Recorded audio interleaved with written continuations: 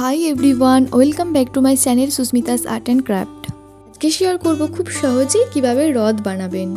যারা আমার চ্যানেলে নতুন তারা আমার চ্যানেলটিকে প্লিজ সাবস্ক্রাইব করে আমায় সাপোর্ট করবেন, আর যারা ফেসবুক পেজ থেকে ভিডিওটা দেখছেন তারা পেজটিকে একটা ফলো করে দেবেন। সফলতা কথাটা শুনতে ভালো লাগলেও সফলতা অর্জন করা ঠিক ততটাই কঠিন।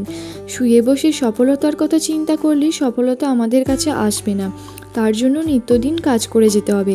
যখন আমি ইউটিউব চ্যানেলটা ওপেন করে আমার কাজের জার্নিটা শুরু করি তখন আমার সাবস্ক্রাইব ছিল 50টা, কিছুদিন পরে হয় 200টা।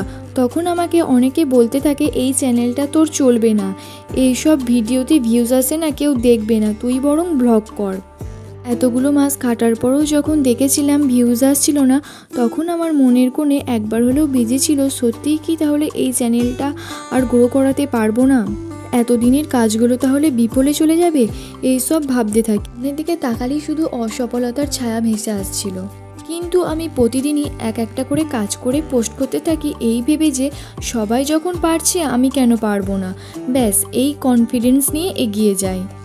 ব্যাস 1.5 বছর কাজ করার পরে আমার সাবস্ক্রাইব দাঁড়ায় 1000-এর ওপর।